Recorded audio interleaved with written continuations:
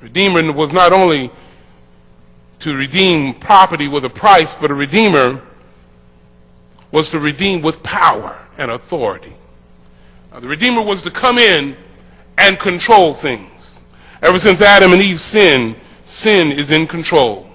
Sin has been controlling this earth, and the proof that sin is in control is that we have death today.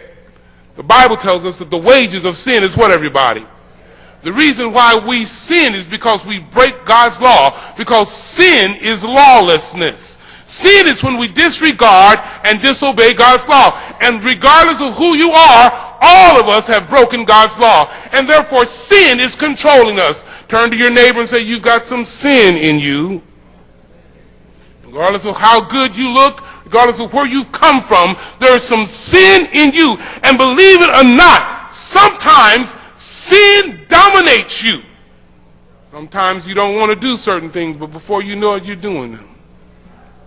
I know I'm talking to myself, Pastor Horton, but I'm going to tell the truth anyway. Sometimes you say some things, and before you know it, you didn't really want to say that, but you said it anyhow. And how many people know that once you say it, you can't take it back? Oh, you can ask forgiveness, but they remember it, don't they? And sometimes they'll bring it up over and over and over again.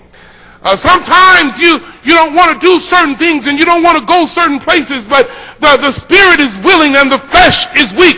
And sin sometimes controls you. Sometimes without you thinking about it, there's something that flashes in your mind. I want you to stop thinking about it right now. And before you know it, you're thinking about something that is wrong. And you've got to bring your mind back into subjection, because sin is a terrible thing.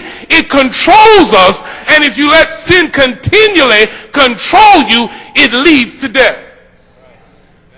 The good news is that we have a Goel.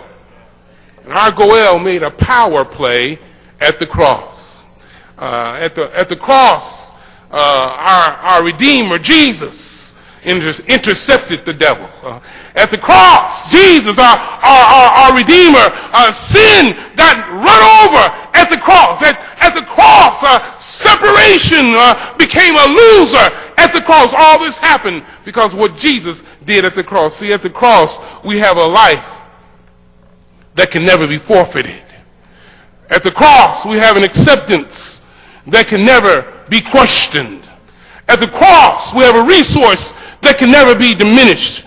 At the cross, we have a bank that can never be closed, a peace that can never be destroyed, a joy that can never be lost, a forgiveness that can never be rescinded, an intercessor that can never be disqualified, a victor that can never be vanquished, a friend that can never leave, a wealth that can never be depleted, a name that can never be disputed, an access that can never be denied. All this happens at the cross.